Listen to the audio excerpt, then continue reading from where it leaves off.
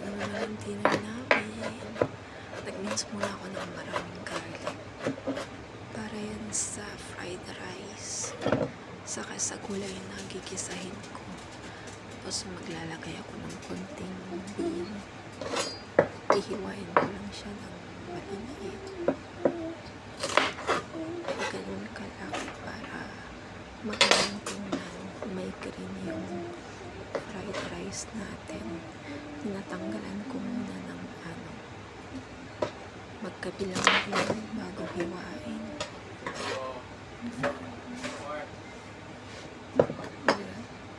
Hiwa-hiwa ng ganyan.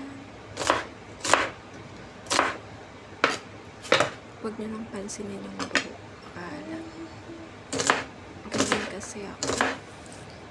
Galing ka pa ang market.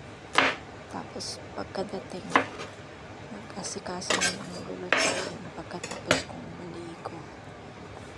Tapos nagkakay din ako ng dyan, ng carrots. Maliliit din yung paggayat ko ng carrots, parang katulad din ng bean. Mura lang yung carrots na to. Bali 6 na peraso, ganyan kalalaki. 10 dolyar lang. Tinanggal ko muna yung pinakapuno. Konti lang kasi yung kailangan ko. Sakto din kasi may soup ako na carrot and corn. So yung iba ko nalagay ko.